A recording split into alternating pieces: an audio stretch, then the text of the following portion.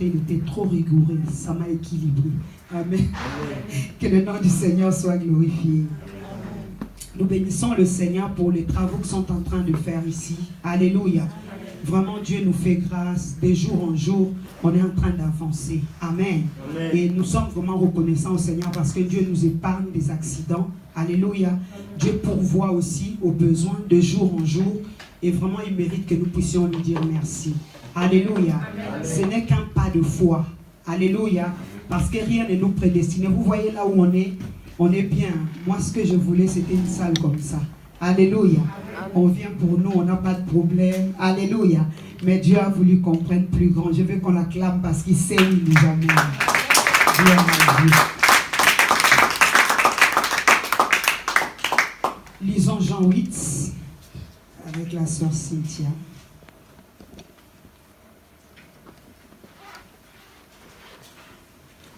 Je lis la parole de Dieu au nom de Jésus. Amen. Jésus se rendit à la montagne des Oliviers, mais dès le matin, il alla de nouveau dans le temple et tout le peuple vint à lui. C'était ainsi qu'il les enseignait. Alors les scribes et les pharisiens amenèrent une femme surprise en adultère. Et la plaçant au milieu du peuple, ils dirent à Jésus: Maître, cette femme était surprise en flagrant délit d'adultère. Moïse, dans la loi, nous a ordonné de lapider de telle femme. Quoi donc? Que dis-tu? Il disait cela pour l'éprouver, afin de pouvoir l'accuser. Mais Jésus s'étant baissé, il trouvait avec le doigt sur la tête. Comme il continuait à l'interroger, il se releva et leur dit: Que celui de vous qui est sans péché jette la première pierre contre elle. Et s'étant de nouveau baissé, il écrivait sur la tête. Quand ils entendirent cela, accusés par leur conscience, ils se retirèrent un à un, depuis les plus âgés jusqu'au dernier. Et Jésus resta seul avec la femme qui était là au milieu. Alors, s'étant relevé, et ne voyant plus que la femme, Jésus lui dit: Femme, où sont ceux qui t'accusaient? Personne ne t'a-t-il condamné? Elle répondit: Non, Seigneur. Et Jésus lui dit: Je ne te condamne pas non plus. Va et ne pêche plus. Jésus leur parla de nouveau et dit: Je suis la lumière du monde. Celui qui me suit ne marchera pas dans les ténèbres, mais il aura la lumière de la vie. Là-dessus, les pharisiens lui dirent: Tu rends témoignage de toi-même, ton témoignage n'est pas vrai. Jésus leur répondit: Quoiqu'on je rende témoignage de moi-même, mon témoignage est vrai, car je sais d'où je suis venu et où je vais. Mais vous ne savez pas d'où je viens, ni où je vais. Vous jugez selon la chair, et moi je ne juge personne. Et si je juge, mon jugement est vrai, car je ne suis pas seul, mais le Père qui m'a envoyé est avec moi. Il est écrit dans votre loi que le témoignage de deux hommes est vrai. Je rends témoignage de moi-même, et le Père qui m'a envoyé rend témoignage de moi. Ils lui dirent donc: Où est ton Père? Jésus répondit: Vous ne connaissez ni moi ni mon Père. Si vous me connaissiez, vous connaîtriez aussi mon Père. Jésus dit ces paroles, enseignant dans le temple, au lieu où était le trésor. Personne ne le saisit, parce que son heure n'était pas encore venue. Jésus leur dit encore: Je m'en vais, et vous me chercherez, et vous mourrez dans votre péché. Vous mourrez dans votre péché. Vous pouvez venir où je vais. Vous ne pouvez venir où je vais. Sur quoi les Juifs dirent: Que dira-t-il lui-même, puisqu'il dit: Vous ne pouvez venir où je vais? Et il leur dit: Vous êtes d'en bas, moi je suis d'en haut. Vous êtes de ce monde, moi je ne suis pas de ce monde. C'est pourquoi je vous ai dit que vous mourrez dans vos péchés, car si vous ne croyez pas que ce que je suis, vous mourrez dans vos péchés. Qui es-tu? Lui dit-il.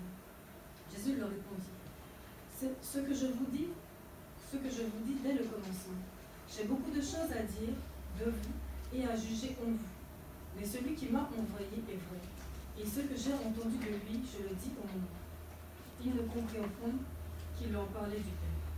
Jésus leur dit donc: Quand vous aurez élevé le Fils de l'homme, alors vous connaîtrez ce que je suis, et que je ne fais rien de moi-même, et que je parle selon ce que le Père m'a enseigné. Celui qui m'a envoyé est avec moi. Il ne m'a pas laissé seul, parce que je fais toujours ce qui lui est agréable. Comme Jésus parlait ainsi, plusieurs crurent en lui, et il dit aux Juifs qui avaient cru en lui: Si vous demeurez dans ma parole, vous êtes vraiment mes disciples. Vous connaîtrez la vérité, et la vérité vous affranchira. Ils lui répondirent: Nous sommes la postérité d'Abraham, et nous ne fûmes jamais esclaves de personne. Comment dis-tu: Vous deviendrez libre? En vérité, je vous le dis, leur répliqua Jésus, Quiconque se livre au péché est esclave du péché. Or, l'esclave ne demeure pas toujours dans la maison. Le Fils y demeure toujours. Si donc le Fils vous a franchi, vous serez réellement libre. Je sais que vous êtes la postérité d'Abraham. Mais vous cherchez à me faire mourir parce que ma parole ne pénètre pas en vous. Je dis ce que j'ai vu chez mon Père, et vous faites ce que vous avez entendu de la part de votre Père. Ils lui répondirent, notre Père, c'est Abraham. Jésus leur dit, si vous étiez enfant d'Abraham, vous feriez les œuvres d'Abraham. Mais maintenant, vous cherchez à me faire mourir, moi qui vous ai dit la vérité que j'ai entendue de Dieu. Cela, Abraham ne l'a point fait. Vous êtes les œuvres du Père. Ils lui dirent, nous ne sommes pas des enfants illégitimes, nous avons un seul Père, Dieu. Jésus leur dit, si Dieu était votre Père, vous m'aimeriez, car c'est de Dieu que je suis sorti et que je viens. Je ne suis pas venu de moi-même, mais c'est lui qui m'a envoyé. Pourquoi ne comprenez-vous pas mon langage? Parce que vous ne pouvez écouter ma parole. Vous avez écouté le diable et vous voulez accomplir les désirs de votre Père. Il a été meurtrier dès le commencement et il ne se tient pas dans la vérité parce qu'il n'y a pas de vérité en lui. Lorsqu'il profère le mensonge, il parle de son propre fond, car il est menteur et le père du mensonge. Il ment parce que je dis la vérité, vous ne me croyez pas. Qui de vous me convaincra de péché? Si je dis la vérité, pourquoi ne me croyez-vous pas? Celui qui est de Dieu écoute les paroles de Dieu. Vous ne m'écoutez pas, parce que vous n'êtes pas de Dieu. Les Juifs lui répondirent, n'avez-vous pas raison de dire que tu es un Samaritain et que tu as un démon? Jésus répliqua, je n'ai point de démon, mais j'honore mon Père, et vous m'outragez. Je ne cherche point ma gloire. Il en a un qui la cherche et qui juge. En vérité, je vous le dis, si quelqu'un garde ma parole, il ne verra jamais la mort. Maintenant, lui dirent les Juifs, nous savons que tu as un démon. Abraham est mort, les prophètes aussi, et tu dis, si quelqu'un garde ma parole, il ne verra jamais la mort. Es-tu plus grand que notre père Abraham, qui est mort? Les prophètes aussi sont morts. Qui prétends-tu être? Jésus répondit, si je me glorifie moi-même, ma gloire n'est rien. C'est mon Père qui me glorifie. Lui que vous dites être votre Dieu et que vous ne connaissez pas. Pour moi, je le connais. Et si je disais que je ne le connais pas, je serais semblable à vous, un menteur. Mais je le connais et je garde sa parole. Abraham, votre père, a tressailli de joie, et de ce qu'il verrait mon jour, il l'a vu, et il s'est réjoui. Les Juifs lui dirent, tu n'as pas encore 50 ans, et tu as vu Abraham? Jésus leur dit, en vérité, je vous le dis, avant qu'Abraham fût, je suis. Là-dessus, ils prirent des pierres pour les jeter contre lui, mais Jésus se cacha et il sortit du ciel. Parole du Seigneur. Amen. Seigneur, merci pour ta parole qui est esprit, qui est vie. Nous la recevons ce matin pleine de grâce parce que c'est pour nous un privilège, au Dieu de gloire, que de goûter ta parole. Seigneur, nous nous disposons pour que vraiment tu nous parles, au Dieu de gloire. Tel un père parle à ses enfants, Seigneur. Ce matin, Seigneur, nous ne nous présentons pas au-devant de toi comme des gens qui connaissent quoi que ce soit, mais nous venons comme des enfants, Dieu de gloire.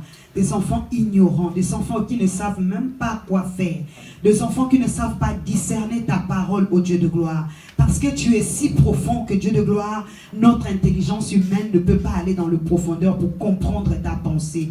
Mais Seigneur, ce matin, tout ce que nous te demandons, Seigneur mon Dieu, une petite grâce, ô Éternel, mon Dieu, mon roi, afin que nous puissions recevoir cette parole et que cela produise des fruits en nous pour la gloire de ton nom. Seigneur, laisse que tout ce qui n'est pas de toi soit loin de nous, Seigneur. Mon Dieu, nous venons nous lever contre tout ce qui ne t'honore pas. Père, la Bible déclare que dans leur détresse, ils crièrent à l'Éternel. Et l'Éternel leur envoya sa parole et sa parole le délivra. Seigneur, merci pour la délivrance qui est attachée à ta parole. Merci pour la révélation, la compréhension, la profondeur, Seigneur, qui est attachée à ta parole, Éternel. Nous te bénissons parce que nous savons qu'au travers du Saint-Esprit, Seigneur, ce matin, tu vas encore parler. Tu vas encore, Seigneur, guérir le cœur brisé. Tu vas encore reconforter quelqu'un qui est venu abattu. Tu vas encore encourager une personne, Seigneur mon Dieu, de passer. Tu vas encore, Seigneur mon Dieu, faire un travail de fond, Éternel notre Dieu. Parce que comme tu l'as dit dans cette parole, avant qu'Abraham ne soit, Seigneur, toi tu es. Seigneur, nous voulons que toi qui nous connaissais, Seigneur, avant que nous venions dans le monde, mon Dieu, mon roi, papa, tu puisses nous parler ce matin pour la gloire de ton nom, au nom puissant et précieux de notre Seigneur, Sauveur, Jésus-Christ. Et tous ensemble, nous disons, Père, parle, ton peuple écoute. Père, parle, ton peuple écoute. Amen. Amen. Gloire à Dieu. En réalité, je voulais juste travailler du premier verset jusqu'au verset 9. Amen. Mais j'aime la parole de Dieu. Alléluia. Quand elle lisait, je commençais à tremper dedans. Et plus elle avance, plus ça me faisait du bien. Alléluia. Et là-dedans, j'ai découvert encore beaucoup d'autres choses. Je bénis le Seigneur. Amen. On va essayer de travailler du 1er au 9e verset. Alléluia. Et si nous avons encore le temps, nous rentrerons encore plus dans le profondeur parce que ce qui est en bas est vraiment très profond. Amen. La Bible nous parle ici, bien-aimés, de l'histoire de Jésus-Christ. Amen. Il y a 3 personnages dans cette histoire. Il y a Jésus, il y a le pharisien et il y a la femme samaritaine, la femme adultère. Alléluia. Alléluia. Et la Bible est en train de nous raconter une histoire, et vraiment une histoire merveilleuse, mais aussi une histoire qu'on peut rencontrer dans la vie de tous les jours. La Bible nous montre que Jésus s'est rendu à la montagne des Oliviers. Amen. Amen. Vous savez, la montagne des Oliviers a beaucoup de symboles, beaucoup de significations. C'est là où Jésus a été enlevé et c'est là qu'il reviendra aussi. Amen. Amen. Alléluia. Amen. Vraiment, en fait, c'est un endroit qui est très symbolique en qualité de chrétien. Et vous voyez cette affaire qui se passe avant qu'on amène cette femme, avant. Parce que quand on suit l'histoire, on voit que c'était un temps de dispute, un temps de discussion, une démonstration de force, de connaissance, de puissance. Alléluia. Amen. Et nous, en qualité de chrétiens, vivant sur cette terre, bien-aimés, nous sommes, bien-aimés, tout le temps exposés à ce genre de choses. On va nous poser des questions sur des choses spirituelles que nous connaissons, peut-être que nous ne saisissons pas correctement. On va nous défier parce qu'on se dit qu'on est chrétien et les gens veulent voir quelle sera notre réaction. Alléluia. En dehors des gens, nous-mêmes, aussi, des fois quand on est seul, du fond de nos cœurs, il y a des pensées qui viennent, il y a des paroles qui viennent. Nous-mêmes aussi, face à des situations, bien aimés, nous sommes souvent dans cet état d'esprit. C'est un état d'esprit de conflit. Alléluia. C'est pour cela que l'apôtre Paul a dit, oh Seigneur, merci pour la révélation, je n'avais pas prévu ça. Amen. L'apôtre Paul a dit une parole, il a dit que les femmes se taisent dans l'église. Alléluia. Amen. Oh, gloire à Dieu. Je suis contente. Amen. Amen. Il a dit que les femmes se taisent. Alléluia. Amen. Mais quand nous regardons dans la Bible, la femme, ce n'est pas Madame Youfula. La femme, c'est l'église, l'épouse de Jésus-Christ. Et quand le Paul dit la femme se taise, alléluia. Bien aimé, Dieu est en train de te dire et de me dire, nous qui sommes des femmes, des épouses de Jésus-Christ, dans l'assemblée de nous taire. Alléluia. Amen. Comment nous taire? Quand on dit que la femme se taise, cela ne veut pas dire que la femme ne parle pas. Sinon, si nous venons ici, nous tous nous fermons la bouche, comment le culte va se passer? Alléluia. Amen. Paul est en train de nous dire quelque chose, que la femme se taise dans l'assemblée, parce que tu dois te taire pour écouter la révélation de Dieu. Parce que des fois, même quand on apporte la parole de Dieu, toi tu ne te tais pas, tu parles. Parce que parler, ce n'est pas seulement sortir des paroles. Dans ta tête, dans ta bouche, tu parles, tu parles. Il y a des gens H24 sont en train de parler. Pendant que moi je suis en train de prêcher ici, il se dit, je n'ai pas arrêté le gaz. Est-ce que la maison ne va pas brûler? Alléluia. Amen. Et tu passes complètement à côté de la parole, mais aussi de la révélation que Dieu veut t'apporter ce matin. C'est pour cela que j'ai pris au nom de Jésus que tout le monde se taise. Nous devons écouter la parole de Dieu. Amen.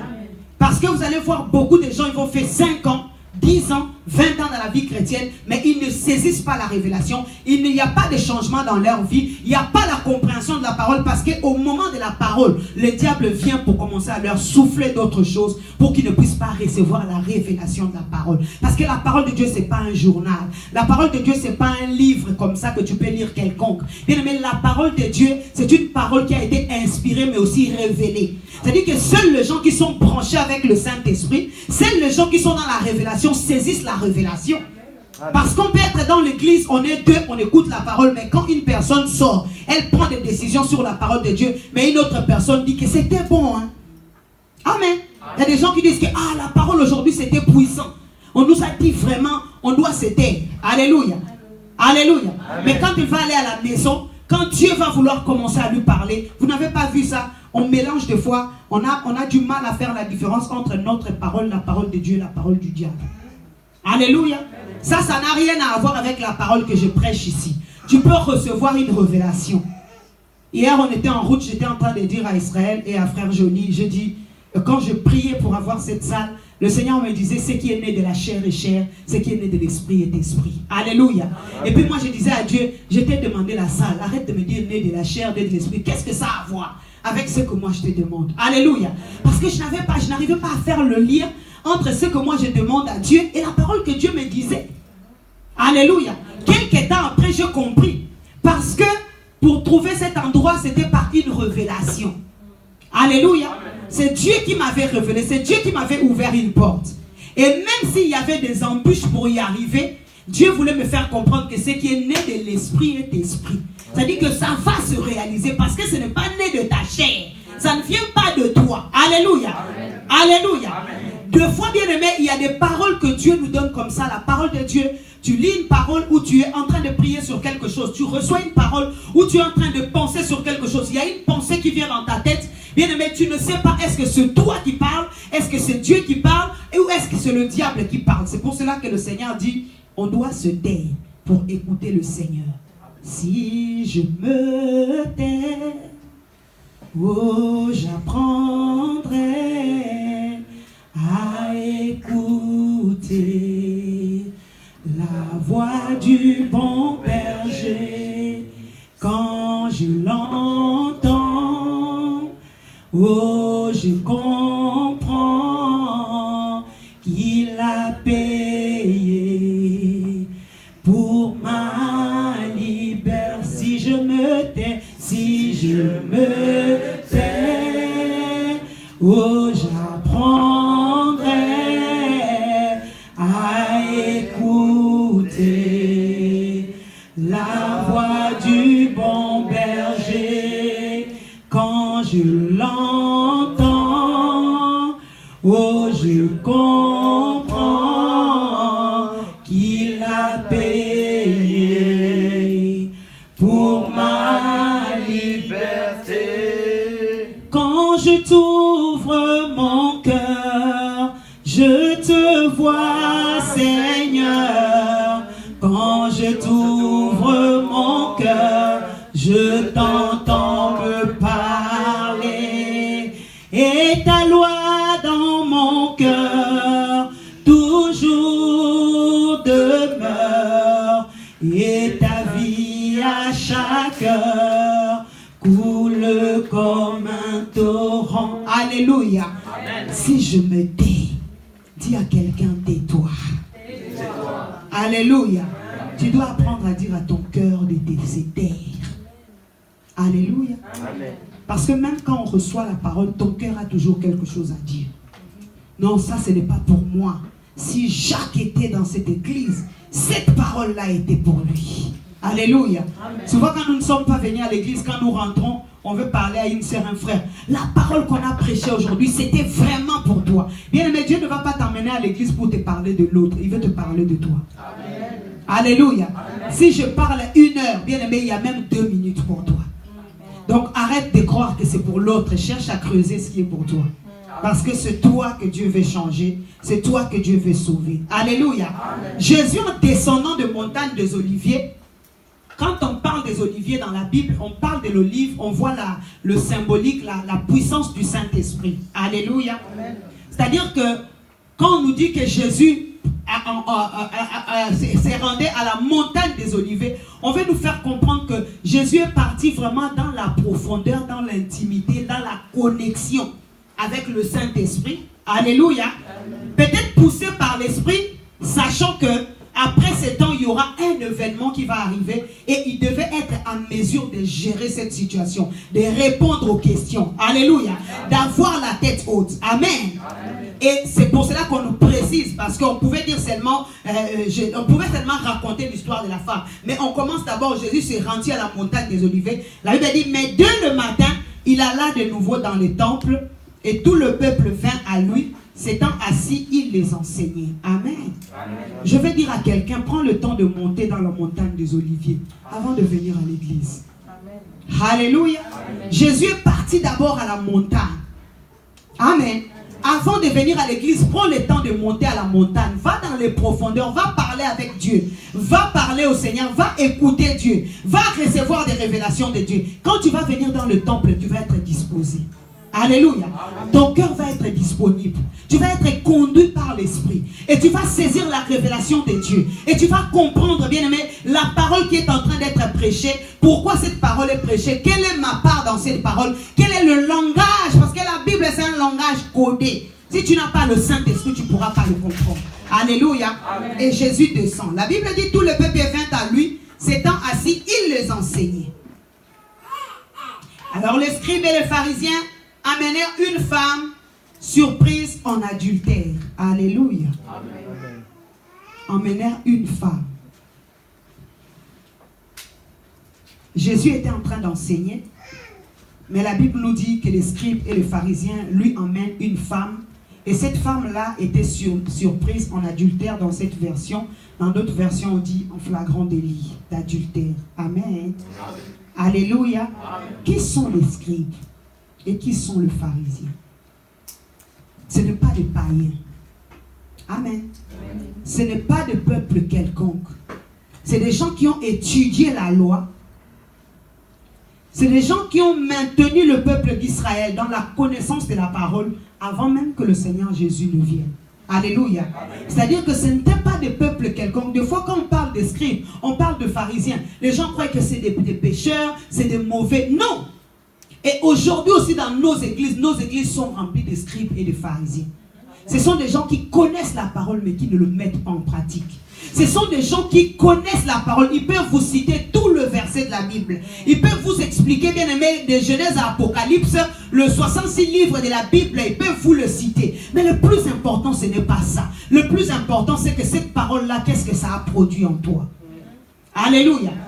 Alléluia. C'est pour cela que l'apôtre Paul va dire la lettre tue, mais l'esprit vivifie. Amen. Mais nous avons aussi besoin de la lettre. Alléluia. Amen. Nous avons besoin du logos et nous avons besoin de Réma aussi. Alléluia. Amen. Mais ici, bien aimé, Jésus-Christ descendant de la montagne d'Olivier, bien aimé, était connecté. Le Réma était en train de couler. Alléluia. Amen. Mais ceux qui, bien aimés, sont appelés des scribes et des pharisiens, et ils se promenaient, bien aimé, avec la parole, mais sans la puissance de l'esprit. Bien aimé, les deux marchent ensemble. Alléluia. Amen. Si tu négliges un et que tu prends l'autre, bien aimé, tu vas être perdu. Il ne faut pas dire que moi j'aime beaucoup lire la parole de Dieu, mais moi la prière là vraiment c'est pas trop ça. Non, non, non, ça doit aller ensemble. Et puis il ne faut pas dire que moi j'aime beaucoup prier, mais moi la parole, je ne suis pas vraiment un lecteur. Bien aimé, tu dois apprendre à lire la parole. Parce que Dieu va te parler par la parole de Dieu. Amen. Alléluia. Amen. Si le diable connaissait la parole et qu'il était capable de dire à Jésus, il est écrit, combien de plus fortes raisons nous qui sommes des enfants de Dieu? On doit bien connaître la parole. Alléluia. Amen. La Bible nous dit ici que les scribes et les pharisiens sont venus voir Jésus. Il était calme pour lui. Il était en train d'enseigner. Il n'a provoqué personne. Les scribes et les pharisiens. Vous savez, il y a des personnes comme ça, c'est des provocateurs. Alléluia. Alléluia. Amen. Je vais parler à quelqu'un ici. Si tu as l'habitude de provoquer les gens, il faut prier pour ça. C'est un esprit. Alléluia. Il y a des gens comme ça, même vous êtes assis calmement, il va vous chercher un problème pour vous faire sortir de la joie. Alléluia. Mais si aussi tu vis avec des gens qui sont comme ça, tu dois apprendre comment vivre avec ces genres de personnes. Parce qu'ils risquent de te voler ta paix. Amen. Amen. Ils risquent de te perturber. C'est des vrais perturbateurs. Des fois, ils peuvent t'amener à te poser des questions pour te dire que est-ce que c'est moi qui a commis la faute ou c'est l'autre. Le diable, c'est un accusateur. Alléluia. C'est pour cela que si tu es dans le terrain des accusateurs, bien aimé, tu peux avoir un frère, une soeur, un membre de l'église, bien aimé, qui ne se comporte peut-être pas bien, qui n'a pas peut-être un bon caractère, qui n'est pas comme toi tu veux, mais ce n'est pas une raison pour toi de l'accuser. Ou ce n'est pas une raison pour toi de vouloir toujours le tituer. Il y a des gens comme ça, il va te pousser à bout pour voir ce que tu vas sortir. Bien aimé, c'est démoniaque, ça vient du diable. Ces gens ici étaient conduits par les diables. C'est pour cela que Jésus-Christ va leur dire à la fin, vous faites comme votre père. Ils ont dit, non, nous sommes des fils légitimes d'Abraham. Pourquoi tu nous dis que nous faisons comme notre père? Jésus leur pose la question, est-ce que si Abraham était là, il allait faire comme vous? C'est-à-dire que pour connaître un enfant de Dieu, on reconnaît l'arbre par ses fruits. Alléluia. Pour reconnaître un enfant de Dieu, bien aimé, il y a des caractères, il y a des critères, il y a des comportements, bien aimé, que tu dois avoir qui t'identifient avec ton père. Si si tu fais des choses qui ne t'identifient pas avec Dieu, il faut que tu pries pour que tu deviennes enfant de Dieu. Amen. Alléluia. Amen. Alléluia. Amen. Parce qu'un enfant de Dieu marche comme Dieu. Agit comme Dieu. Alléluia. Amen. Bien aimé, tu peux aller aussi au travail et que dans le travail, tu rencontres quelqu'un qui est toujours là dans des provocations. Alléluia. Alors qu'au travail, toi, tu dis aux gens, je suis chrétien, je connais le Seigneur, j'aime le Seigneur. Les gens t'appellent pasteur. Cette personne-là va te pousser à bout. Quand tu vas t'énerver, les gens vont dire, ah, toi aussi qui prie. Ah, pasteur, toi vraiment qui nous prêche ici. Vous voyez, tout ça, c'est pour bafouer le nom de Dieu. Alléluia. C'est pour cela que tu dois prier que le Seigneur te donne la maîtrise de soi en face de ces personnes. Alléluia. La maîtrise de soi. Il y a des gens bien aimés, il faut avoir la maîtrise de soi. Il vient pour te voler ta paix, mais toi tu es en paix. C'est lui qui vient, il fait tout ce qu'il a envie de faire et il s'en va. Tu restes avec ta paix. Jésus-Christ a dit, je vous donne la paix, je vous donne ma paix. Je ne vous la donne pas comme le monde la donne. Alléluia. Une paix qui dépasse toute profondeur. Alléluia. Parce que tu es un enfant de Dieu, tu dois avoir la paix. La paix, c'est pour toi. Mais la paix dans la vie d'un homme ne veut pas dire que c'est parce que tu as réalisé tous tes projets. Alléluia. Non. La paix, c'est un état d'esprit. Alléluia. La paix, c'est un état d'esprit. Ce n'est pas parce que j'ai une grosse voiture, j'ai une belle maison, et avec mon mari, tout va bien, mes enfants réussissent dans la vie que je dois avoir la paix. Non, non, non, non, c'est pas ça. Parce que la vie te présentera toujours des contraintes. Alléluia. Amen. Mais la paix, c'est pour ça que Dieu a dit au peuple d'Israël dans le livre d'Hébreux, il a dit, rentrez dans les repos. Dis le repos. Le repos. En qualité d'enfant de Dieu, tu dois rentrer dans le repos de Dieu. On appelle ça le Shabbat. Alléluia. Jésus-Christ, bien aimé, Dieu notre Père a créé dans le livre de Genèse du 1er au 6e jour. La Bible dit là, le 7e jour, il se reposa de ses œuvres. Alléluia. Il y a un temps, bien aimé, où on bosse, on dure, on réfléchit, mais il y a un temps aussi, il faut rester calme. Rester dans le repos. Parce que Dieu est ton Père. Alléluia. Souvent, on a la mentalité d'esclave. On croit que je dois travailler dur, lutter pour avoir. Non. Alléluia. Il y a un temps pour tout. Je ne vous dis pas de croiser les bras. Il faut travailler, il faut lutter. Mais bien, quand tu rencontres aussi des obstacles, tu dois apprendre à te retirer, rester dans le repos. Laissez aussi Dieu travailler. Alléluia. Laissez aussi Dieu agir. Ce n'est pas toi qui donneras des solutions à toutes choses. Il y a d'autres choses, bien aimé, c'est le temps qui va résoudre le problème. Amen. Plus le temps passe, plus de solutions arrivent.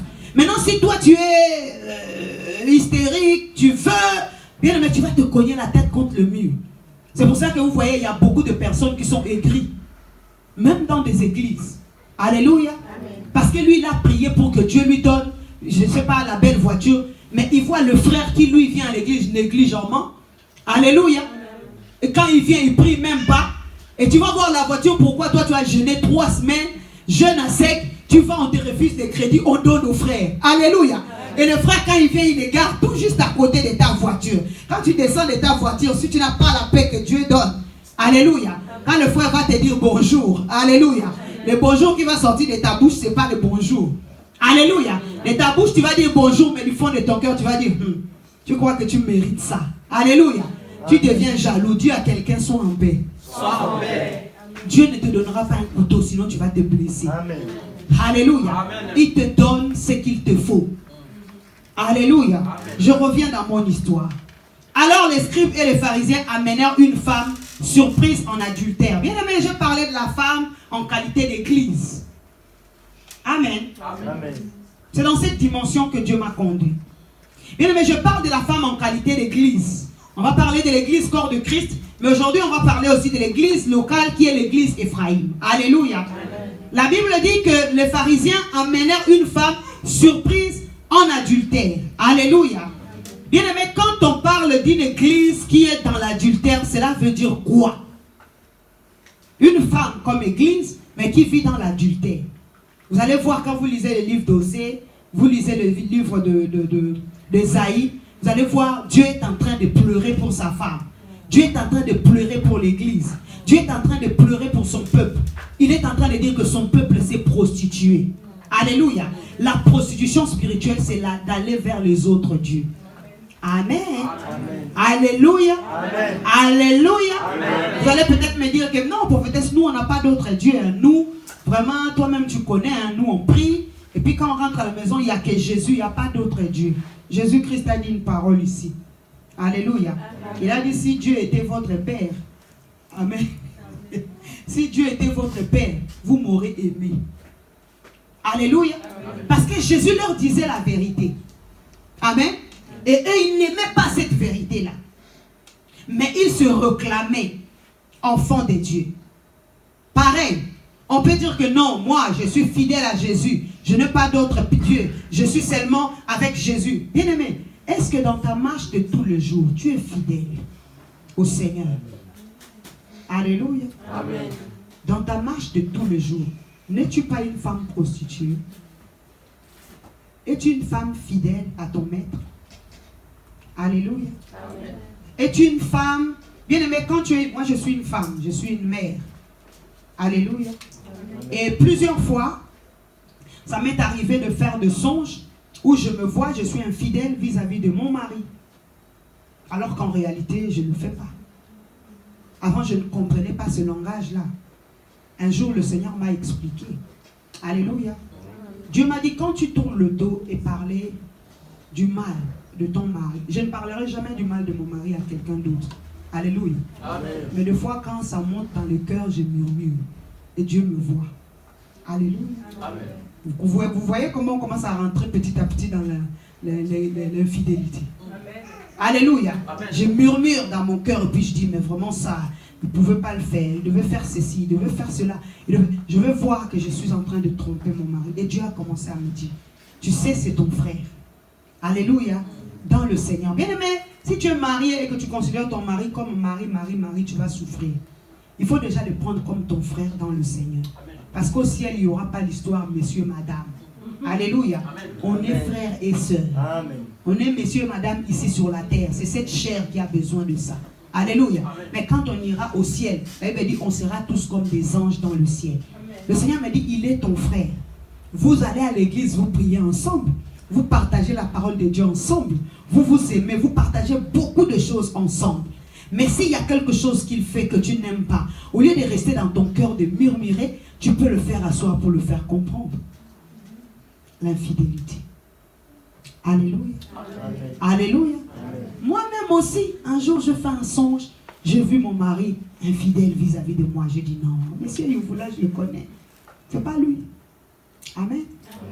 Alléluia. Amen. Et ce qui s'est passé, c'était quoi? C'est que il était en train de prier pour une personne. Et comme il savait que moi, j'étais un peu susceptible à la personne, il ne me veut pas dire. Il me disait, chérie, je sors, je vais revenir. Il va vite. Alléluia. Il prie et il revient. Un jour, je le réveille. Là, Dieu m'a révélé déjà que c'est l'infidélité, ce genre de choses. Je l'ai fait asseoir. Je lui ai dit, chérie, j'ai rêvé que tu es infidèle. Il a dit, oh, dors. Tu n'as rien à craindre. C'est pas, jamais je serai infidèle. De toute façon, ce n'est pas contre toi. Si je vais être infidèle, ce sera déjà contre Dieu. Donc, dors en paix, je ne suis pas là. J'ai dit, non, réveille-toi, c'est sérieux. Tu es vraiment infidèle. Il me dit, quoi? Tu n'as jamais été jalouse. D'où vient cette histoire? Alléluia. Je lui ai dit, réveille-toi, c'est sérieux. Il s'assoit, je dis, tu sais, Dieu m'a expliqué c'est quoi l'infidélité. As-tu quelque chose que tu es en train de faire que tu ne me dis pas? Il me dit, c'est dur d'épouser une prophétesse. Dis donc, Dieu ne te cache rien. Alléluia. Il m'a dit, tu vois la sœur Teul, elle a fait ça. Et je sais que si je t'en parle, tu ne voudras pas que je fasse ça. Parce que toi, tu es dur. Toi, tu as le cœur de prophète. Moi, je suis le cœur du pasteur. Je me suis dit, malgré ça, je l'aide quand même. Mais je me suis dit, si je te dis, ça va faire des histoires. Je lui ai dit, ah, Dieu m'a dit que tu es infidèle. Alléluia. Je lui ai dit, maintenant que tu m'as parlé, tu as ma bénédiction, vas-y. Alléluia. Amen. Fais quand même, on pouvait en parler. Alléluia. Amen. Je vais parler de l'église Ephraïm. Sommes-nous fidèles ou infidèles à Christ? Parce qu'il y a des scribes et des pharisiens qui nous regardent, qui veulent nous accuser. Amen. Amen. Alléluia. Amen. Aimes-tu ton église? Aimes-tu ton Dieu? Jésus-Christ a dit ici, celui qui m'aime ou qui aime mon Père gardera ses commandements. Toi et moi, nous gardons le commandement. Toi et moi, nous donnons le meilleur de nous. Parce que, bien aimé, quand tu aimes, la Bible nous parle de l'amour. La Bible dit, Marie, aimez vos femmes comme Christ a aimé l'église. Alléluia. Amen. Regardez l'amour que Christ a eu pour l'église. Christ a donné sa vie à l'autel pour l'épouse, pour l'église. Alléluia. Maintenant, nous, en qualité de femmes, en qualité d'épouse, sommes-nous capables de mettre cet homme-là, ce mari-là, et de donner, bien aimé, mettre notre vie à l'autel pour Jésus. Mettre nos projets à l'autel pour Jésus. C'est dire que ça c'est bien pour moi, ça va m'arranger. Mais à cause de ce que l'œuvre de Dieu demande. À cause, vous savez, deux fois, tu as envie un bon dimanche comme ça de rester chez toi à la maison. Vous savez, il fait beau. Hein? On peut rester au balcon, on fait des barbecues à côté de lac. En réalité, ce n'est pas un péché. Alléluia. Mais quand Dieu regarde ça, c'est de l'infidélité. Parce qu'on fait passer notre besoin avant le besoin de Dieu. Eh Seigneur, pardon, c'est comme si tu me parles à moi-même. Pardon. Amen. Alléluia. Amen. Alléluia. Amen. Regardez, on dit à une femme surprise en adultère et la plaçant au milieu du peuple et dire à Jésus, Maître, cette femme a été surprise en flagrant délit d'adultère. Alléluia. Amen. Ils ont pris la femme et il y avait des gens, c'est comme si on est là, hein. Jésus était là, il était en train d'enseigner, et puis on entend le bruit là-bas. Les gens viennent avec une femme et la déposent là. Alléluia. Et puis ils restent là, ils sont en train de regarder Jésus. Amen. Amen. Alléluia. Amen. Et puis ils lui posent la question. Amen. Amen. Les pharisiens, c'était des durs quand même. Hein? Ils lui disent, dans la loi de Moïse, il nous est ordonné de lapider de telles femmes. Toi donc, que dis-tu? Quand on lit ça, on voit que c'est une parole qui est normale. C'est une question qui est normale. Mais je veux vous dire, c'est une question qui est remplie de contrariétés. Ce ne sont que des gens qui descendent du monde des oliviers qui peuvent avoir la réponse pour ça. Parce que si Jésus avait dit, non, moi je suis venu pour l'amour. Vous ne pouvez pas tuer cette femme. Ils allaient dire, vous voyez, ils ne respectent pas la loi de Moïse. Alors que nous, Moïse est notre référence. Moïse est notre père. Donc c'est quelqu'un qui est en dehors de la loi. Comme il est en dehors de la loi. Bien aimé. Et puis il n'y avait pas que le scribe, le pharisien, la femme et Jésus. Il y avait des gens que Jésus était en train d'enseigner. En réalité, ils venaient, ils voulaient une réponse. Ils ont coincé Jésus pour Jésus. Ils ont mis Jésus dos au mur. Pour que les gens qui sont là, qui voient que Jésus est en train de leur enseigner, en fait, leur problème est parce que les scribes et les pharisiens, c'était des enseignants. Et ils étaient jaloux parce que les gens n'allaient plus suivre leur enseignement, ils suivaient les enseignements de Jésus. Mais ils savaient aussi que Jésus n'était pas à leur école.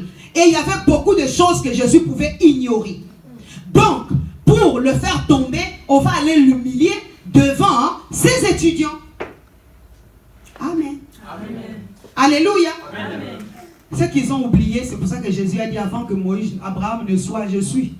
Moïse est venu même après Abraham. Alléluia. C'est-à-dire qu'avant qu'Abraham ne soit, moi je suis.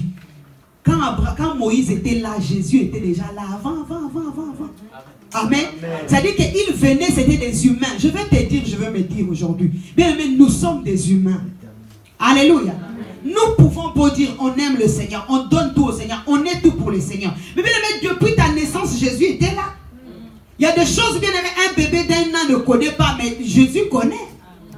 Alléluia. Il y a des choses que mes enfants ne connaissent pas.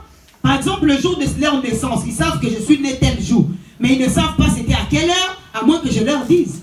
Ils ne savent pas, ils sont nés avec combien de kilos. Est-ce que quand il est né, il y avait des problèmes de santé ou quoi que ce soit. Ils ne savent pas. Mais ils sont nés. C'est-à-dire qu'il y a des choses que toi et moi, nous ne connaissons pas sur notre propre vie, mais que Jésus connaît. C'est pour cela que nous ne soyons pas comme des scribes et des pharisiens. Alléluia. Le Seigneur te connaît. La Bible dit qu'il sonde les cœurs et les reins. Et il connaît les profondeurs de nos cœurs. Mais on n'a nulle part où on peut se cacher. Dieu nous connaît. Le psalmiste disait, si je me cache sur la terre, tu me vois. Si je vais dans les mers, tu y es. Alléluia. Même dans les profondeurs de la mer, tu me vois. C'est pour cela que bien aimé, devant Dieu, on est nu. Rien n'est caché devant le Seigneur. C'est pour cela que ne perdons pas notre temps à vouloir faire genre. Soyons. Je dis toujours aux gens, ne cherchez pas à paraître. Soyez. Il faut être. Il ne faut pas paraître parce que Dieu te connaît. Il y a des choses que tu ne connais pas de ta vie, Dieu te connaît. Vous savez, en sortant ici, quelque chose peut se passer. Tu ne sais pas la réaction que tu peux avoir. Mais Dieu connaît la réaction que tu peux avoir. Amen. les scribes et les pharisiens ont amené cette femme et, bien aimé, ils l'ont placée au milieu et ils disent, maître, alléluia, des hypocrites. Vous venez avec l'intention d'humilier quelqu'un. Pourquoi vous l'appelez maître? Il était leur maître en quoi? C'est pour cela que la Bible dit, ce n'est pas ceux qui disent Seigneur, Seigneur qui hériteront le royaume des cieux. On est toujours comme ça. Jésus, tu es mon roi. Jésus, tu es notre maître. Tu es ceci, tu es cela. Bien aimé, l'amour n'existe pas, il n'y a que de preuves d'amour. Le Seigneur veut voir comment tu lui démontres que tu l'aimes. Alléluia. Amen. Parce que parole, on aime trop parler, on parle trop. Surtout quand on est dans l'adoration. On dit beaucoup de choses. Seigneur, si tu me fais ci, je ferai ça. Seigneur, je te donne tout mon temps. Seigneur, tu es tout, tu es tout. Alléluia. Amen. Mais quand Dieu va vouloir te faire passer dans des épreuves, c'est là que tu vas échouer. Amen. Amen. Ils ont dit, maître, cette femme a été surprise en flagrant délit d'adultère. La loi de Moïse nous ordonne de lapider de telles femmes. Alléluia. Amen. Alléluia. Amen. En qualité d'église, il y a des choses que nous faisons. Bien aimé, la loi ordonne. Alléluia. Que Dieu nous rejette. La loi ordonne qu'on ferme les portes. La loi ordonne. Alléluia. Qu'on cesse de prier. Amen. Amen. Mais une bonne nouvelle, c'est que, bien aimé, nous sommes dans le temps de grâce et Jésus est le Dieu de grâce. Amen. Nous sommes bénis, bien aimé, d'avoir un Dieu de grâce. C'est pour cela qu'il a dit, soyez miséricordieux comme moi je suis miséricordieux. Alléluia. Je veux te parler, je veux me parler, bien aimé, ce matin. Bien aimé, il ne faut pas qu'il y ait des pharisiens, il ne faut pas qu'il y ait des scribes, il ne faut pas qu'il y ait des démons, il ne faut pas que le diable parte devant Dieu tout le temps pour nous accuser. Pour dire, regardez, toi tu dis que ça c'est ton église. Mais regarde comment ils se conduisent. Regarde comment ils t'adorent. Regarde comment ils te donnent. Regarde comment ils te servent. Mais ce n'est pas de leur cœur. Ils ne sont pas organisés.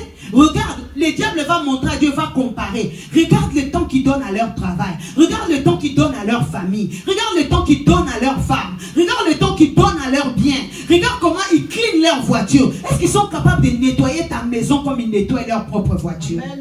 Est-ce qu'ils sont capables d'embellir ta maison comme ils embellissent leur maison? Est-ce qu'ils sont capables de donner le meilleur d'eux pour ton travail comme ils le donnent pour leur travail? L'apôtre Paul dit, on est environné par une nuée de témoins.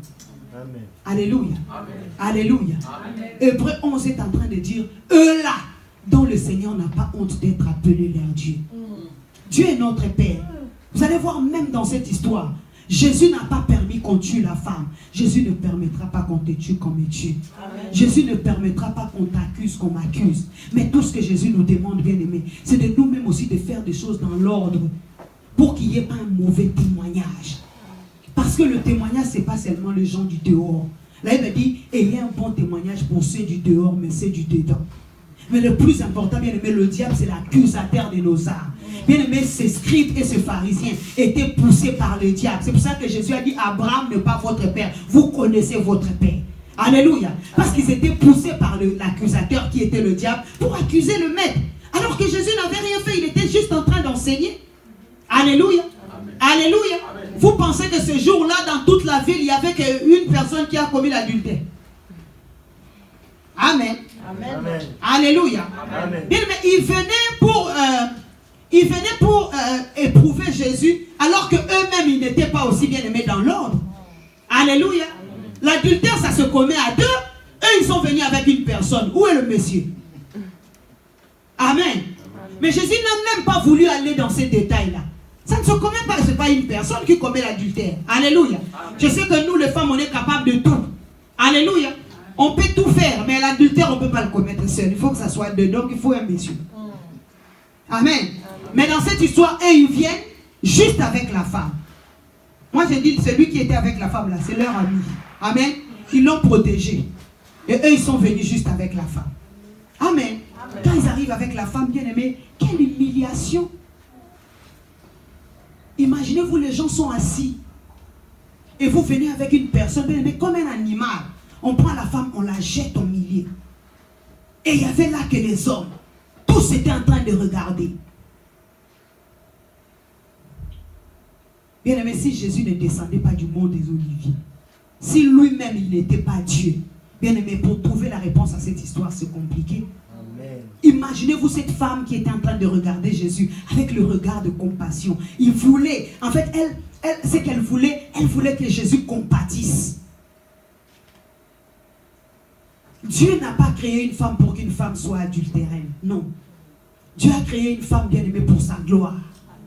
Alléluia. Amen. Bien-aimée, cette femme-là, le jour où elle a sorti, ce jour-là, quand elle est sortie de chez elle, elle ne savait pas que sa vie, son histoire, l'après-midi, allait tourner comme ça. Alléluia. Peut-être celui avec qui elle a fait l'adultère l'a rencontré seulement sur le chemin comme ça. Et qui sait, peut-être que ce sont ces gens-là qui ont envoyé leur ami. Alléluia. Vas-y, tombe avec elle. Et puis l'ami fait le charmeur. La femme croit qu'elle est au même. Alors que derrière, il y a un complot. Le cœur de l'homme est tortueux et mauvais. Qui peut le connaître? Il n'y a que Dieu qui sonde les cœurs et le rein. C'est pour cela que, bien aimé, on doit être des gens qui vivent sur la montagne. Alléluia. On doit être des gens qui vivent sur la montagne de Dieu. Pour faire face, bien aimé, aux situations de tous les jours. Pour faire face, bien aimé, aux épreuves de tous les jours. Parce que le diable, l'accusateur de nos âmes, est toujours là pour vouloir nous accuser. Amen. La femme était là avec un regard de tristesse. La femme savait que mon histoire est finie. Parce qu'il savait que ces hommes-là, c'était des dieux. Alléluia. Là, il me dit, de la même mesure que tu mesures les autres, on te mesurera. Bien, mais soyons prêts à pardonner les autres. Soyons prêts à comprendre aussi la souffrance des autres. Soyons prêts, bien aimé, à compatir. Parce que, bien aimé, tu ne sais pas. Là où ton frère est tombé aujourd'hui, demain peut-être toi tu tomberas dedans. Mais la façon dont tu prends l'affaire de l'autre, tu l'interprètes, dont tu cherches à l'humilier, c'est de cette façon-là qu'on te fera aussi, parce qu'on te mesurera de la même mesure. Alléluia. Amen. Alléluia. Amen. La Bible dit,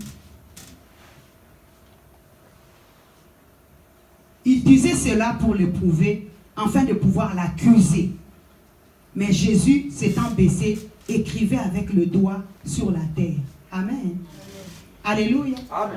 Alléluia. Amen. Bien aimé, on doit être comme Jésus. Moi, je prie le Seigneur vraiment pour devenir comme Jésus. Parce que moi, si c'est moi qui enseigne comme ça, vous ramenez une femme là, je vous ramasse bien même. Alléluia. Amen. Avant de vous donner la réponse, je vous ramasse bien même. Parce que Jésus était Dieu. Il savait que Paul, qui tient la pierre à la main, vient lui-même de voler la chèvre de Jean-Pierre. Alléluia. Mais il vient, il va accuser la femme. Alléluia. Il savait que Jacques, qui vient là, et lui-même, il sait ce qu'il a fait là-bas. Bien aimé, Jésus est Dieu. Quand il venait avec la pierre à la main, Jésus sur leur visage, tous leurs péchés étaient écrits. C'est pour ça que j'ai dit, Seigneur, aide-moi pour être comme Jésus. Parce que moi, si je lisais ça, j'allais dire, toi, des jours passés, tu as dit ceci, tu as fait cela. J'allais les ridiculiser un par un. Alléluia. Amen. Jésus, bien aimé, quelle maîtrise de soi. Alléluia. Alléluia. Amen. Parce que, bien aimé, Jésus ne voulait pas accuser le pharisien comme le pharisien voulait l'accuser. Jésus ne voulait pas humilier le pharisien comme le pharisien voulait l'humilier. Alléluia. Amen. Mais Jésus avait aussi la compassion du pharisien. Jésus avait aussi besoin d'amener le pharisien à la repentance. Jésus avait aussi besoin de faire comprendre aux pharisiens, c'est votre soeur, même si elle a péché, ne faites pas ça parce que vous-même aussi vous êtes de pécheurs. Amen. Souvent on veut rendre coup pour coup. Mais bien aimé, on doit être comme notre Père. Jésus n'a pas dit, ah ils sont venus m'éprouver, ils vont voir. Je vais leur montrer.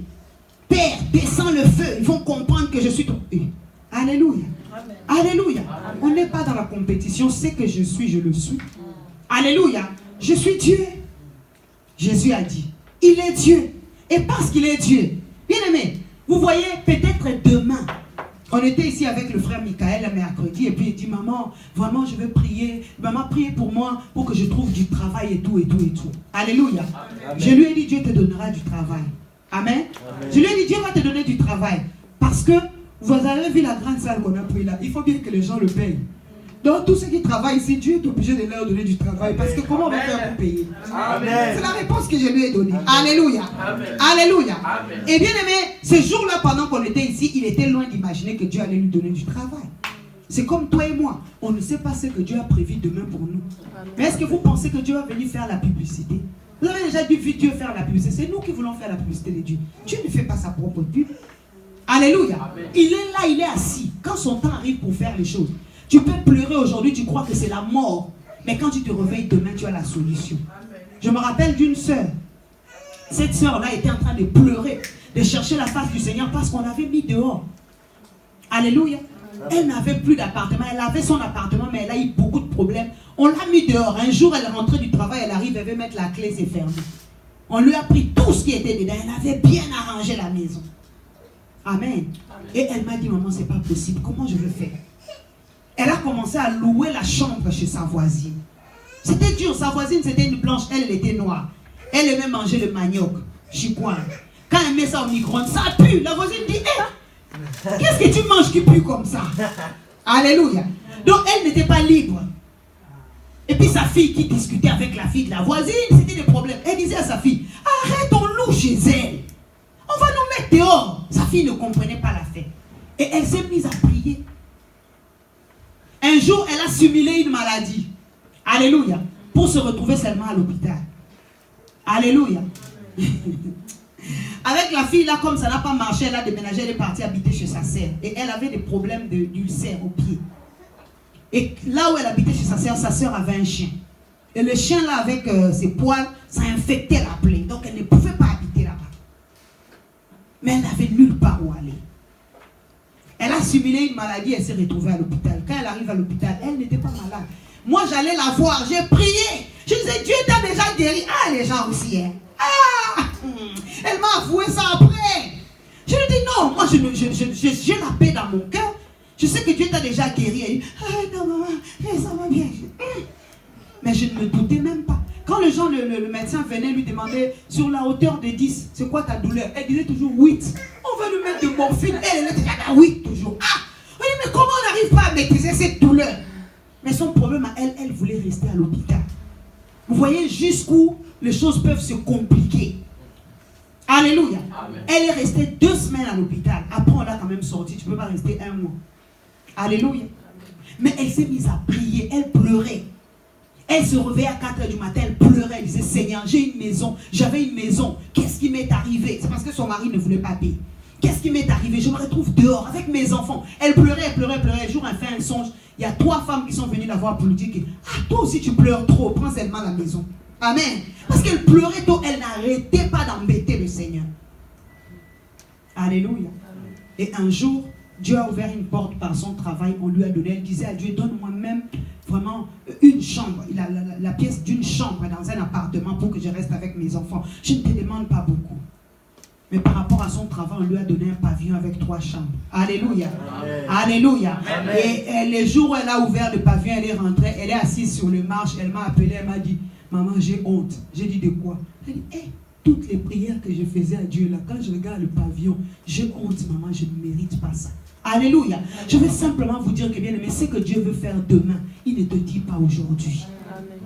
Des fois même il te dit, mais tu ne comprends pas parce que la douleur est tellement là, le désespoir est tellement là, tu as comme l'impression que ça ne se réalisera jamais. C'est pour cela que Dieu ne cherche pas à se prouver lui-même. Alléluia. Il ne fait pas ses propres publicités. La Bible dit, les gens ont ramené cette femme. Alléluia. Et Jésus était là, alors que eux, ils étaient là, ils ont posé la question à Jésus, après ils se sont mis là, ils étaient en train de le regarder. Ils attendaient la réponse. Jésus ne le regardait pas comme ça au visage. Il s'est rabaissé, il a commencé à écrire par terre. Si nous on ne voit pas, on va dire, il a manqué la réponse. Alléluia. Panne sèche. Alléluia. Amen. Mais il savait ce qu'il faisait, il était là, il écrivait par terre. Ils ont encore insisté. Alléluia. Amen. Jésus a dit, bon, moi je voulais laisser, comme vous voulez que je parle, je vais parler. Amen. Amen. Ne parle pas du tic au tac. Des fois, laisse les gens le temps de sortir tout ce qu'ils ont. Amen. Alléluia. Amen. Laisse les gens de manifester tout ce qu'ils sont.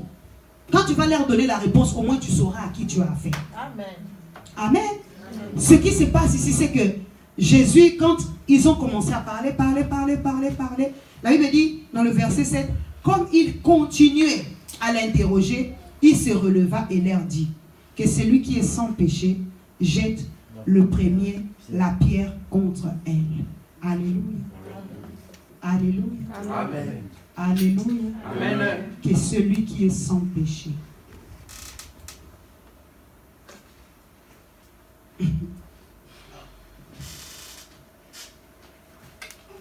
La Bible dit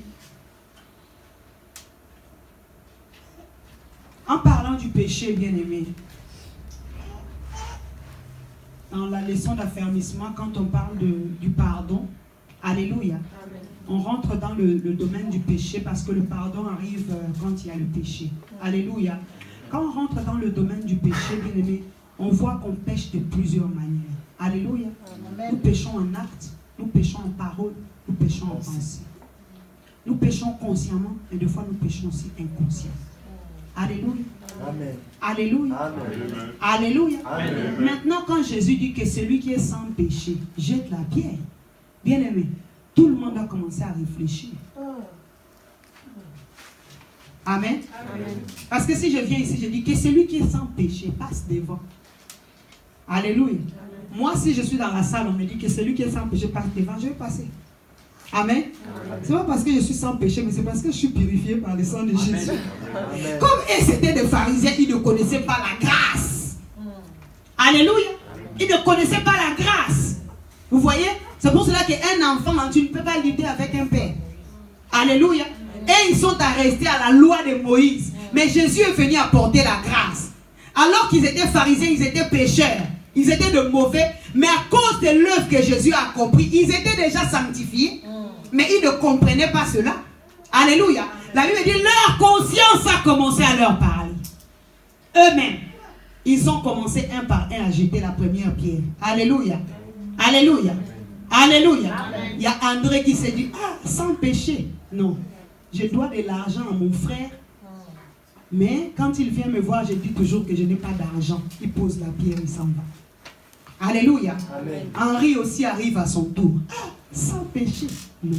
Avant de venir ici, j'ai tapé ma femme. Il jette la pierre. Alléluia. Amen. Anderson vient. Alléluia. Sans péché. Dans mon cœur, j'ai toujours gardé mon frère de ce qu'il m'a fait en juin 1992. Alléluia. Amen. 92 pour les Français. Alléluia. Alors tous, ils ont compris qu'ils étaient des pécheurs. Ils ont laissé la pierre et ils sont partis. Alléluia. Amen. Alléluia. Amen. Je vais dire à quelqu'un, dépose la pierre. S'il y a des conflits dans le monde, s'il y a des conflits dans des couples, s'il y a des conflits dans des églises, s'il y a des conflits dans des familles, c'est parce que tout le monde a une pierre d'accusation à la main. Alléluia. Amen. Jésus-Christ est la pierre angulaire. Il n'est pas la pierre d'accusation. Alléluia. Amen. Ils ont ramené des pierres pour tuer la femme devant Jésus qui lui-même était la pierre angulaire.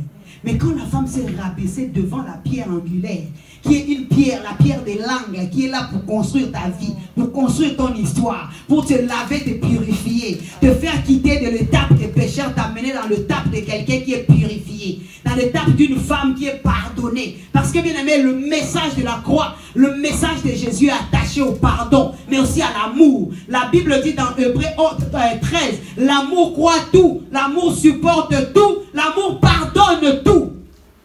Amen. Jésus-Christ a regardé tous ces hommes-là, ils étaient partis. Alléluia. Amen. Alléluia. Amen. Et ce qui est merveilleux, quand ils se relèvent,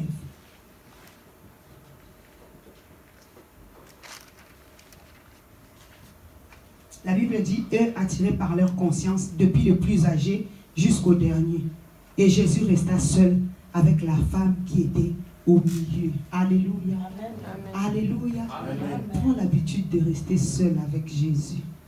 Amen. Il aura toujours quelque chose à te dire. Amen. Les accusateurs viendront, ils partiront. Les amis viendront, ils partiront. Le mari, les enfants viendront, ils partiront. Alléluia. Amen. Mais regardez cette femme, qui est une femme adultère, reste en face de Jésus. Jésus ne lui dit pas, mais ma fille, pourquoi toi aussi tu es partie commettre l'adultère? Tu sais que dans la loi de Moïse, c'est défendu. Mais ma fille, pourquoi? Jésus ne pose pas toutes ces questions-là. Je vais dire à quelqu'un aujourd'hui qui se culpabilise, qui croit que le Seigneur voit ses péchés et le Seigneur va le tuer. S'il n'a pas ceci, c'est à cause de ça. Bien aimé, le cœur de notre maître n'est pas comme ça. C'est l'accusateur qui nous accuse. Le Seigneur ne nous accuse pas. Jésus reste seul avec cette femme. Jésus regarde cette femme et Jésus pose la question à la femme. Femme, où sont ceux qui t'accusent? C'est la réponse à la question que je te pose aujourd'hui. Frère, où sont ceux qui t'accusaient? qui disait que hier tu étais un coureur des jupons.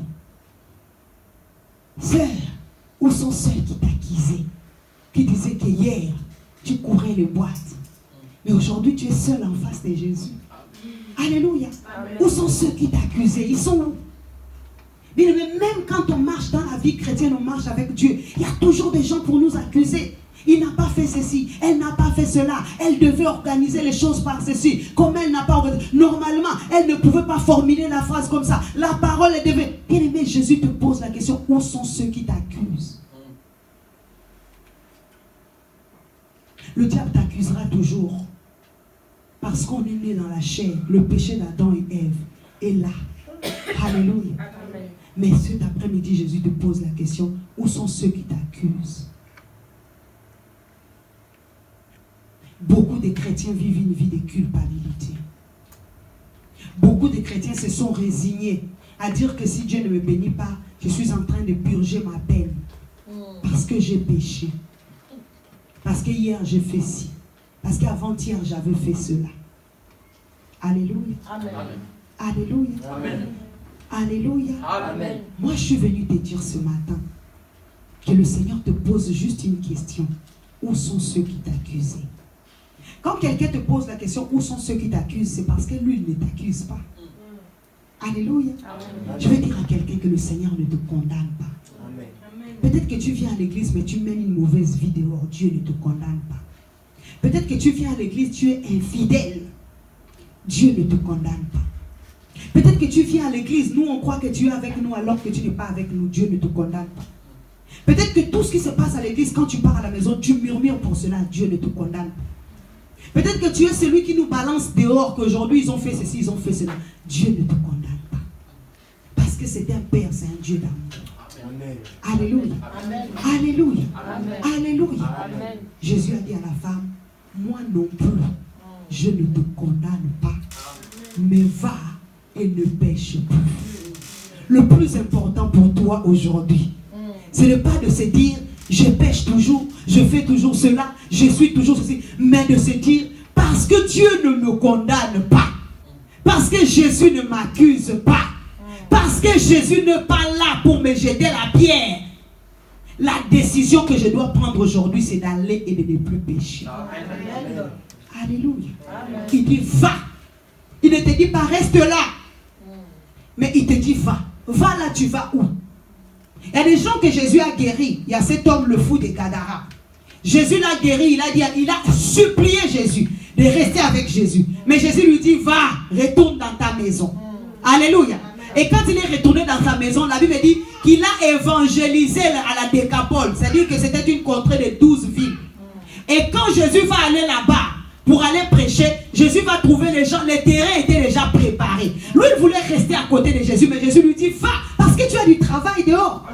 Va, parce que les gens qui te connaissaient voyous, ils veulent voir ma gloire. Va, parce que les gens qui te connaissaient prostituée, ils veulent voir que je transforme. Va, parce que les gens qui te connaissaient comme une mauvaise personne, ils veulent voir que moi je change des personnes. C'est ça qu'il te dit va.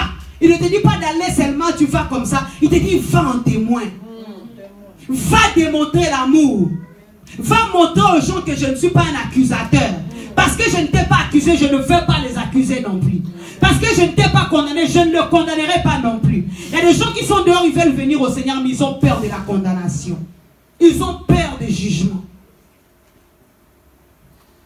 À un moment donné, je faisais beaucoup de travail avec des gens qui sont dans la sorcellerie.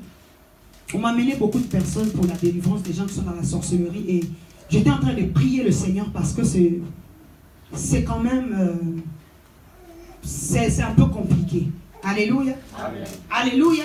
Amen. Parce que si tu n'as pas l'appel sur ça, ce sont ces gens-là qui vont te mettre dans la confusion. Alléluia. Amen. Et je priais le Seigneur pour savoir, Seigneur, mais en même temps j'avais soif que ces gens-là se convertissent, qu'ils connaissent le Seigneur, qu'ils abandonnent ces choses. Mais en même temps, je me regardais moi, je voyais le danger que je courais en faisant ça. Parce qu'il y a des serviteurs de Dieu, tu viens, tu parles de la sorcellerie, il te dit, va prier seulement, il ne rentre pas dans tes affaires.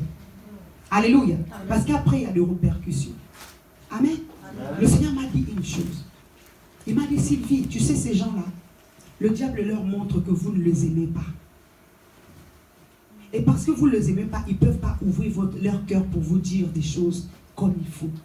Quand ils sont en face de vous, ils vont faire semblant. Mais pendant qu'ils font semblant, ils ne peuvent pas recevoir la délivrance. Si tu veux avoir leur cœur, ouvre ton cœur, commence à les aimer. Montre-leur mon amour. Montre-leur que je suis venu pour eux. Montre-leur que moi je ne les accuse pas, je ne les condamne pas.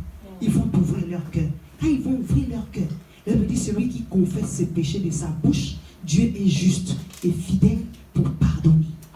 Il dit, quand ils vont confesser, ils vont ouvrir tout leur cœur, ils vont tout vider. C'est là que moi, Dieu, je vais me lever pour le pardonner. Parce que on sait que dans la majorité des gens qui ont vécu dans ce monde-là, bien aimé, ils ont du mal à venir au Seigneur. Soit ils viennent au Seigneur, ils sont avec vous dans l'église, mais ils vous combattent. Ils sont dans l'église, mais ils travaillent pour l'autre côté. Parce que j'en ai fait tellement, j'ai tellement vu. Je me rappelle même, on était parti un jour dans une maison, où on faisait un service de... Ouais.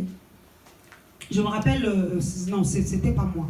Il y a un de frères qui est parti faire le service de délivrance. C'est pas le témoignage que je voulais donner. On est parti faire le service de délivrance et ils ont fait la veillée. Ils ont dit, cet enfant sort trop la nuit. On va aujourd'hui pour veiller. Pendant qu'ils étaient là, tous ils ne dormaient pas. Ils veillaient, ils chantaient. Ils ont vu l'avance somnolé. Quand il s'est réveillé, il dit, j'étais parti, je suis revenu. Ils ont dit, quoi? Nous, on est là au prix, toi, tu es parti. Qu'est-ce que tu nous fais? Comment tu es parti? On est venu justement prier pour que tu ne partes pas. Et puis il dit, non, je suis parti et je suis revenu. Parce que le diable les utilise aussi dans le mensonge. Alléluia. Et puis ils ont peur aussi des préjugés. Parce que s'il se transforme, de l'autre côté, on lui dit, on va te tuer. On est en train de le menacer. Mais il a peur. Parce que dans l'église, les gens qui sauront. Parce que si tu sais que le frère était un ancien sorcier, pour lui laisser ta maison et tes enfants, il faut avoir la foi. Alléluia. Alléluia. À peine s'il vient te voir, tu lui dis, frère, je vais aller faire des courses, on y va faire des courses, parce que tu ne veux pas qu'il rentre chez toi. Dieu m'a dit, c'est pas ça l'amour. Alléluia. L'amour parfait bannit la crainte. Amen. Alléluia. C'est pareil aussi pour les femmes prostituées. Si tu leur montres l'amour du Seigneur, au lieu de leur dire que toi, tu te prostitues, tu vas aller en enfer. Bien aimé, il sait qu'il va aller en enfer. Un sorcier sait qu'il va aller en enfer. Une prostituée sait qu'il va aller en enfer. Un voleur, c'est lui qui braque. Il sait, c'est-à-dire que tu n'as pas besoin de lui dire ça. Mais tu as besoin de lui démontrer que le Seigneur ne le condamne pas. Tu as besoin de lui parler que de l'amour de Dieu. Oublie même ce qu'il est. Oublie même ce qu'il fait. Parle-lui de l'amour. Bien aimé, quand il a rencontré l'amour de Dieu, quand la personne comprend que Dieu l'aime, au-delà de ce qu'elle est, bien aimé, la personne va donner son cœur. Parce que ce que Dieu aime, c'est le cœur. Quand la personne donne son cœur, Dieu va commencer à le changer comme Dieu nous change. Alléluia. Amen. Alléluia. C'est pour cela que, bien aimé, on doit connaître ces choses. Jésus a dit, moi non plus, je ne te condamne pas.